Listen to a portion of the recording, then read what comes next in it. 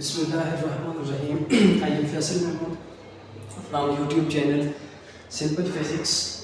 इससे पहले हम चैप्टर नंबर 2 फर्स्ट ईयर का डिस्कस कर रहे थे, जिसमें हमने vector addition by its rectangular components वो देखा। उसके अलावा फिर हमने स्केलर प्रोडक्ट को देखा। तो आज हम सब टॉपिक है प्रोडक्ट ऑफ टू वेक्टर का सेकंड सब टॉपिक क्रॉस प्रोडक्ट, उसको हम डिटेल के साथ डिस्कस करेंगे। वेक्टर प्रोडक्ट और क्रॉस प्रोडक्ट। इससे पहले हमने देखा जो हमारे पास स्केलर प्रोडक्ट था, हम टू वेक्टर्स को मल्टीप्लाई करने के बाद हमारे पास एक रिजल्ट आता था। वो रिजल्ट अगर स्केलर क्वांटिटी है तो हम उसको स्केलर प्रोडक्ट का नाम देते थे, जबकि यहाँ पे उसके बरक्स होगा कि जब हम टू वेक्टर्स को मल्टीप्लाई करेंगे तो अगर रिजल्टेंट क्वांटिटी हमारे पास वेक्टर क्वांटिटी आए तो उसको हम वेक्टर प्रोडक्ट या फिर क्रॉस प्रोडक्ट का नाम देंगे। वेक्टर प्रोडक्ट से याद रखना चाहिए कि रिजल्टेंट क्वांटिटी हमारे पास कौन सी आती है, वेक्टर क्वांटिटी आती है। तो हम इसकी डेफिनेशन की तरफ बढ़ते हैं। फर्स्ट इसकी डेफिनेशन है कि लेट्स सपोज मेरे पास एक वेक्टर है, वेक्टर ए, इसको मैं मल्टीप्लाई कर रहा हूं वेक्टर बी के साथ, that is equal to A B sine of theta, और साथ इसकी यूनिट वेक्टर एन आ जाता है। तो इसको हम क्रॉस प्रोडक्ट या फिर वेक्टर प्रोडक्ट का नाम देंगे। इसको हम लिखेंगे कैसे, if we have two vectors, vector A vector B, then we multiply these two vectors in such a way that AB sin of theta with unit vector n is called cross product or vector product। यहाँ पे n जो vector है ये basically हमारे पास यहाँ पे जो resultant quantity आ रही है उसकी डायरेक्शन को बताने के लिए यूज किया जाता है, उसकी डायरेक्शन को बताने के लिए यूज किया जाता है। अब देखें कि जो यूनिट वेक्टर है हम उसको यहाँ पे n के साथ क्यों डिनोट कर रहे हैं। बेसिकली जब भी हम क्रॉस प्रोडक्ट लेते हैं मोस्टली क्वांटिटीज जो हैं वहां पे ये होता है कि जब टू वेक्टर्स आपस में मल्टीप्लाई होते हैं तो इनके जो परपेंडिकुलर होता है वो इसकी डायरेक्शन को शो करता है। आगे हम इसके एग्जांपल को देखेंगे तो हमें अच्छे से समझ आ जाएगी। अब हमारे पास इसकी एग्जांपल है, फॉर एग्जांपल टॉर्क है मेरे पास, इसको अगर हम देखें तो r क्रॉस f के इक्वल है, व्हिच मींस दैट कि r हमारे पास एक वेक्टर मल्टीप्लाई होता है किसके साथ, f के साथ मल्टीप्लाई होता है। तो जो रिजल्टेंट क्वांटिटी हमारे पास आती है वो आती है टॉर्क, तो वो भी हमारे पास क्या है, वेक्टर क्वांटिटी है। तो इसको हम क्रॉस प्रोडक्ट या फिर वेक्टर प्रोडक्ट का नाम देते हैं। अगर मेरे पास लेट्स सपोज टू वेक्टर्स हों, जैसे मैं डायग्राम की मदद से यहाँ पे अगर इनको शो करूं तो ये मेरे पास क्या होगा, A वेक्टर होगा और ये B वेक्टर होगा। तो जब मैं इनको मल्टीप्लाई करूंगा यानी A क्रॉस B करूंगा तो मेरे पास यहाँ पे A cross B is equal to AB sin theta, और यहाँ पे इसकी डायरेक्शन जो होगी वो अलाम प्रथम यानी इसके नॉर्मल के इक्वल होगी। तो इसकी डायरेक्शन हमारे पास ये वाली आ जाएगी। ठीक है, ये हमारे पास टू वेक्टर्स थे, इनको हमने मल्टीप्लाई किया तो दोनों के म्यूचुअल परपेंडिकुलर हमारे पास ये वाला वेक्टर आ गया जो कि इन दोनों की क्या करता है, डायरेक्शन को शो करता है। फिर इसी तरह से अगर हम इसकी एप्लीकेशन की तरफ जाएं तो लेट्स सपोज मेरे पास एक रेक्टेंगल है, तो रेक्टेंगल में अगर इस प्लेन की डायरेक्शन हम फाइंड आउट करना चाहें तो हम क्या करते होते हैं कि इसके ऊपर हम नॉर्मल ड्रा करते हैं। तो ये जो नॉर्मल है ये इसकी डायरेक्शन को बता रहा होता है। ये बेसिकली अगर मैं इसकी एक साइड को A कह दूं तो दूसरी साइड को B, तो ये भी मेरे पास ऑब्वियसली A और B होगा। तो दोनों को जब मल्टीप्लाई करते हैं तो एरिया ऑफ पैरेललोग्राम हमारे पास आ जाता है, सॉरी एरिया ऑफ रेक्टेंगल हमारे पास आ जाता है। तो इस तरह से हम इसकी डायरेक्शन को शो कर सकते हैं। उसके अलावा स्टूडेंट्स अगर देखें तो A क्रॉस B और B क्रॉस A देखें तो लेट्स सपोज मेरे पास ये वाला ये टू वेक्टर्स हैं।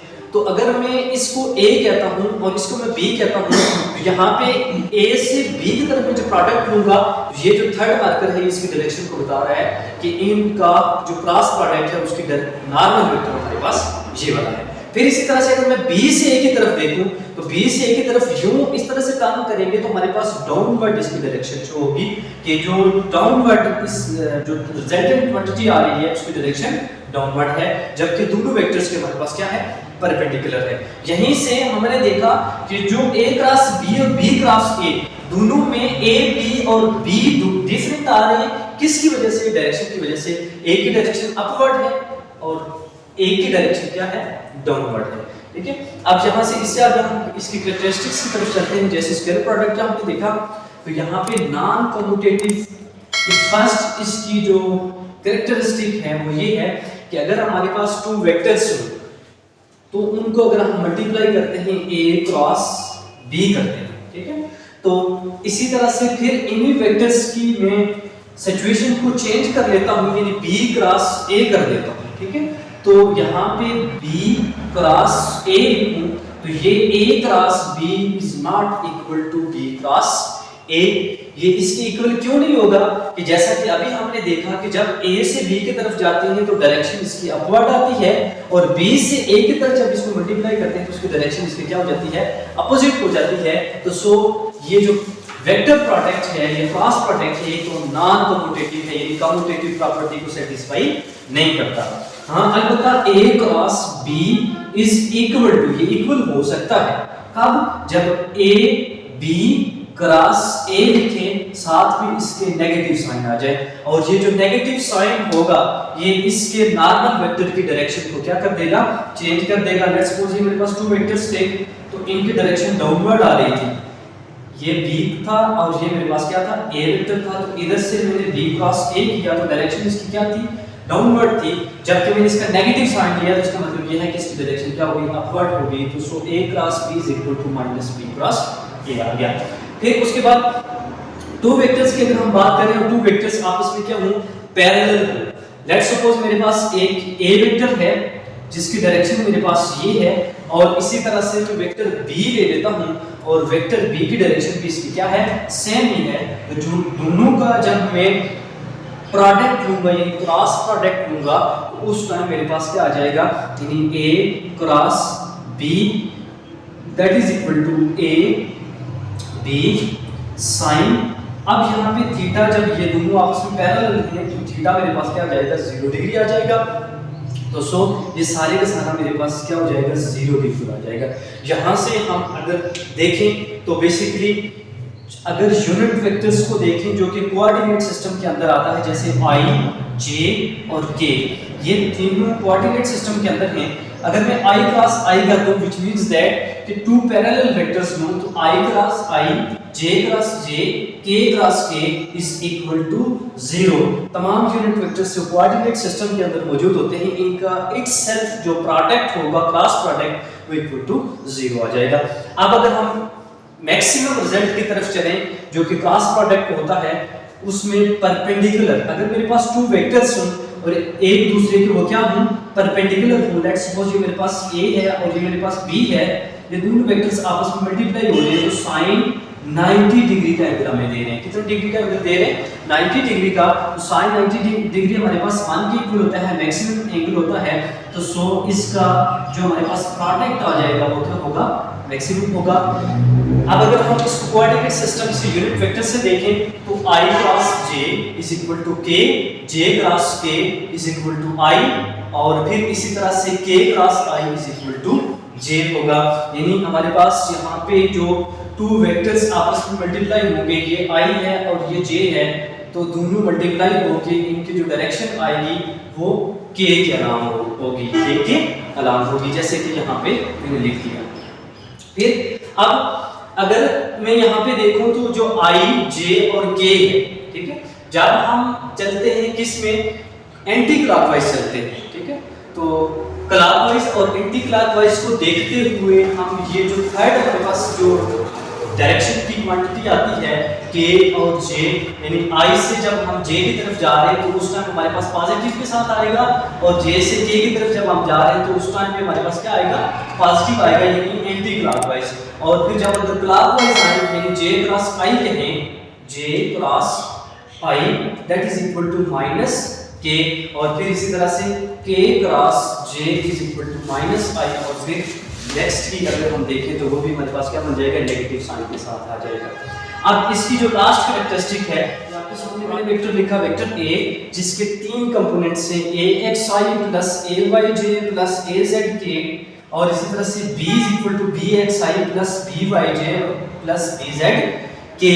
अगर हम इनको मल्टीप्लाई करना चाहें तो i क्रॉस i करेंगे तो रिजल्ट हमारे पास 0 आ जाएगा, क्योंकि यहाँ पे हमने देखा कि ये 0 आ रहा है। फिर आई को जब जे के साथ मल्टीप्लाई करते हैं तो हमारे पास के रिजल्ट आता है, यानी के यूनिट वेक्टर में आता है। और फिर इसी तरह से के आई को जब के के साथ मल्टीप्लाई करते हैं तो रिजल्ट हमारा कुछ और आता है। तो सो ये कॉम्प्लिकेटेड हो जाता है, जिसको हम सिंपली मल्टीप्लाई करने के लिए हम क्या करते हैं, डिटरमिनेशन मेथड यूज करते हैं। तो डिटरमिनेशन मेथड लेट्स सपोज मेरे पास ए और बी वेक्टर से अगर मैं इनको मल्टीप्लाई करूं तो a cross b is equal to i j के। सबसे पहले मैंने क्या कर लेना है, यूनिट वेक्टर्स को यहाँ पे लिख लेना है जो उसके कंपोनेंट्स के साथ होंगे, i j और k। फिर उसके बाद जो भी मेरे पास पहला वेक्टर होगा, यानी a क्रॉस b है तो पहले मैं a के लिख दूंगा कंपोनेंट्स अगर, और इसके बाद फिर b के कंपोनेंट्स लिख दूंगा। इसी तरह से अगर मेरे पास b क्रॉस a है तो b के पहले और a के बाद में लिख दूंगा। यहाँ पे हम लिखते हैं ax ay और ये मेरे पास आ गया az। इसी तरह से यहाँ पे मेरे पास आ गया bx by और bz, ये चीज आ गई। अब हम इनको मल्टीप्लाई करते हैं तो मल्टीप्लिकेशन में हम सबसे पहले इनको डिटरमिनेशन में लिख लेते हैं। सबसे पहले मेरे पास एक डिटरमिनेशन बन जाएगा आई वेक्टर का, आई यूनिट वेक्टर का, फिर सेकंड के साथ माइनस साइन और ये मेरे पास सेकंड का बन जाएगा जे का, और फिर इसी तरह से प्लस के साथ थर्ड मेरे पास बन जाएगा, वो कौन सा होगा, के के साथ होगा ये यूं। जब हम आई यूनिट वेक्टर को सॉल्व करेंगे मल्टीप्लिकेशन के अंदर तो हमने क्या कर देना है, इसके कॉलम को और इसकी रो को साइलेंट कर देना है, बाकी जो कंपोनेंट्स होंगे उनको एज इट इज हम यहाँ पे लिख देंगे। जैसे ही मेरे पास ये वाला और ये वाला साइलेंट हो गया तो ए वाई ए जेड, और फिर इसी तरह से बी वाई बी जेड, और जब इसको हम सॉल्व करेंगे तो ये वाला साइलेंट और ये वाली रो साइलेंट हो जाएगी, जे के साथ मेरे पास आ जाएगा ये और ये साइलेंट, ये बन जाएगा ए एक्स ए जेड, और यहाँ पे मेरे पास बी एक्स और ये मेरे पास आ जाएगा बी जेड। फिर इसी तरह से जब इसको हम सॉल्व करेंगे तो ये वाला कॉलम और ये वाली रो जो है वो साइलेंट हो जाएगी, तो बच जाएगा हमारे पास ए एक्स ए वाई और फिर यहाँ पे बी एक्स बी वाई, ये चीज आ जाएगी हमारे पास। फिर मजीद इसको हम जब सॉल्व करते हैं तो इसका 2 क्रॉस 2 का अब डिटरमिनेशन है हमारे पास, तो इसको इसके साथ मल्टीप्लाई कर लेते हैं, ए वाई बी जेड माइनस ए जेड बी वाई, और इसके साथ यूनिट वेक्टर कौन सा आ रहा है, आई, और उसके बाद नेक्स्ट माइनस ये हमारे पास आ रहा है ए एक्स बी जेड माइनस ए जेड बी एक्स, और जो थर्ड है हमारे पास प्लस के साथ वो आ जाएगा ए एक्स बी वाई ए एक्स बी वाई, और फिर इसी तरह से माइनस ए वाई बी एक्स, ये चीज आ जाएगी, सॉरी ए एक्स बी वाई और ए वाई बी एक्स, इसके साथ हमारे पास यूनिट वेक्टर के आ रहा है। तो इसकी मदद से हम क्या कर लेंगे, फाइंड आउट कर लेंगे इसका मल्टीप्लिकेशन, इसका प्रोडक्ट फाइंड आउट कर सकते हैं, जिसमें हम डिटरमिनेशन को यूज करते हुए आई जे और के यूनिट वेक्टर आ जाता है। तो ये इसकी कैरेक्टरिस्टिक्स है। यहाँ पता है बुक के अंदर यहाँ पे प्लस लिखा हुआ है, और प्लस लिखने के साथ उन्होंने क्या कर दिया है कि इसको इधर लेके गए, यानी माइनस साइन इधर से कॉमन ले लिया है, तो उन्होंने लिखा हुआ ए जेड बी एक्स और माइनस ए एक्स बी जेड, और इसके साथ हमारे पास जे यूनिट वेक्टर आ गया है। इस तरह से बुक के अंदर लिखा हुआ है, बाकी एज इट इज है। तो ये था हमारा क्रॉस प्रोडक्ट यानी वेक्टर प्रोडक्ट के हवाले से एक नुकता, फिर इसको मैं समराइज कर देता हूँ। इसका अगर लॉन्ग क्वेश्चन आ जाता है तो आपने सबसे पहले इस तरह से हेडिंग देनी है, फिर उसके बाद उसकी डेफिनेशन यानी A cross B is equal to A B sine theta, फिर उसके बाद उसकी डायरेक्शन के हवाले से बताना है कि यहाँ पे एन यूनिट वेक्टर जो है वो किस तरह से हम डायरेक्शन में शो करते हैं। फिर पैरेललोग्राम के एरिया भी आप एक एग्जांपल लेते हैं तो आपके लिए इजी हो जाएगा।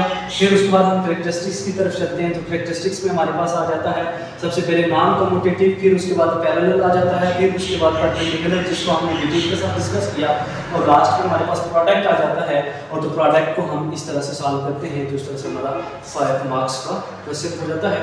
ओके, अल्लाह हाफिज़।